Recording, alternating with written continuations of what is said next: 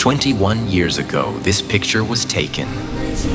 Today, as brothers, we have the honor of capturing her wedding memories. It is a pretty cool thing for us.